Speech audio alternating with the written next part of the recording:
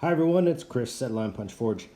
I'm gonna do a little redo of the pinch bail. So basically, I was trying to be cute and it didn't work. So we're gonna go a little bit more in depth here. I'm not gonna go with a patterned wire. This is just half round that I'm going to turn into a pinch bail. First thing I'm gonna do is make sure I have the correct length, and then I'm going to go ahead and file the ends round or whatever shape that I want to use. You don't have to use a file, you can use a flex shaft, you can use kind of whatever. I just like using file. For me it's quick. Now it's quicker because, well, it's 5 times as fast. But basically, this is what we're going to do. We're going to clean up our ends, and then you'll see in a second here, I'm going to pull out a nail punch or a center punch. It's a spring-loaded one, so you push down on it, and once you get to a certain pressure, it releases the spring and punches a nice little hole for you. So I'm going to do that on either side, right about now, and then those two holes are going to be bent together to create kind of a seat for the center wire that's going to be eventually either cut off or left there. See, there you go, a little bit of punch. I can use that punch to widen the hole a little bit. You'll see me kind of ream it out. Basically, I just want to make a nice seat for whatever wire gauge or thickness I'm going to be using. And I think in this case, I'm using a 20 gauge. And my European friends and Canadian friends are probably going to hate me for saying 20 gauge, but I can't remember the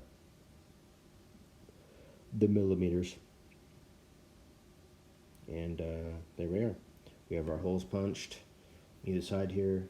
Gonna widen this one out a little bit, and then I'm gonna grab a pair of round nose pliers and start bending it around.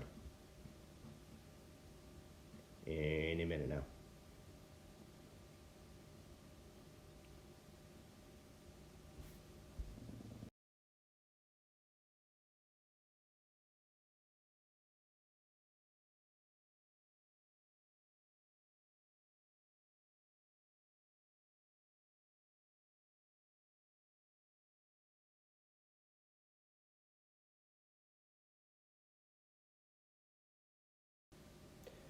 Now that we have a nice little pinch bail, kind of bent over in a horseshoe shape or a U shape, I'm gonna cut my wire, and I have a wire mishap here in a second where I have the wire fitted up all nicely between the two pieces, and then I bump it with my pliers and it falls onto the ground, and I have to start over again, which isn't a big deal. It's just a little small piece of wire, and then I'll kind of place it in there. With this being as small as it is, it helps to grab a pair of pliers and use those 2 pairs of pliers to kind of place the wire.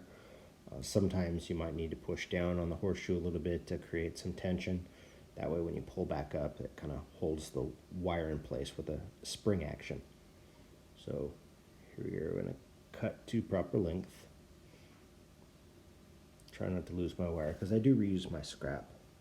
I like to melt it down and cast or make new parts. So here we go. We're going to lose our wire here in a moment.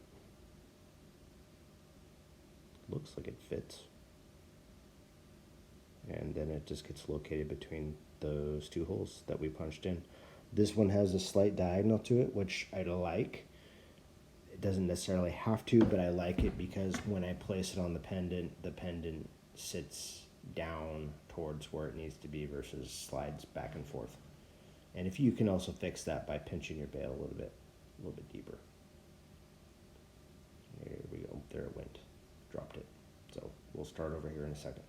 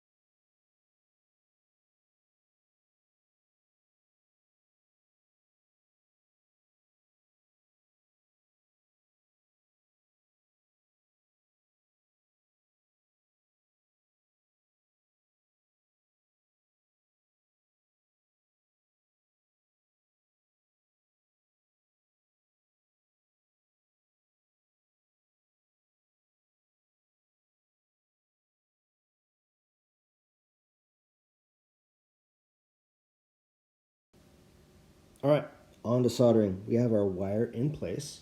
I like using paste solder applied with a toothpick.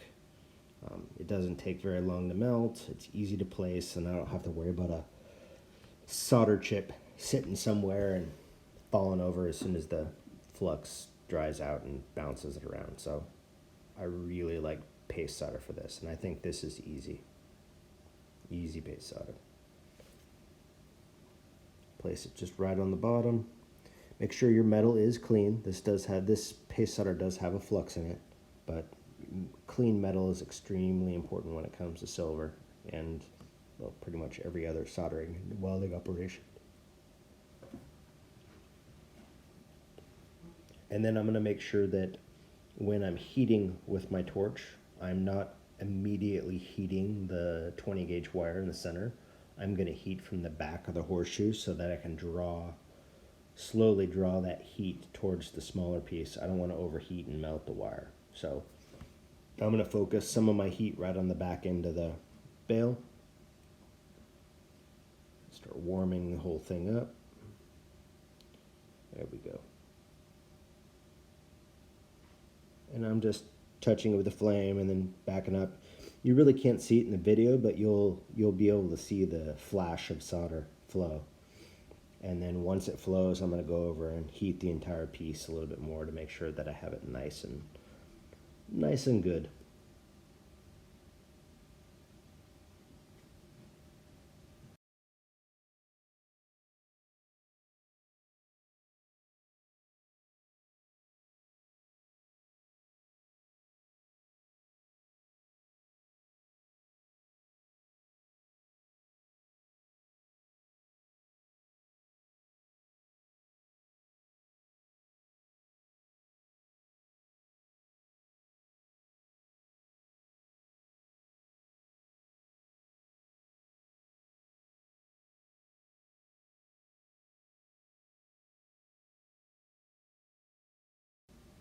All right, here we are soldered.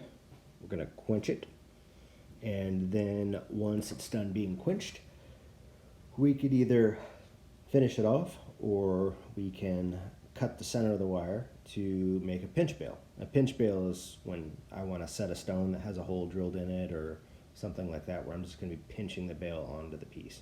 And you can get all fancy and put little hooks so that when you pinch down it locks into place. For this one, I'm just going real basic for those who want to try this technique out. So you can't see me off camera here, but I'm just kind of adjusting it and pushing it together, and there you go. There's your pinch bail. You see the two nubbins, one on each side, and that's it. Thank you guys for watching.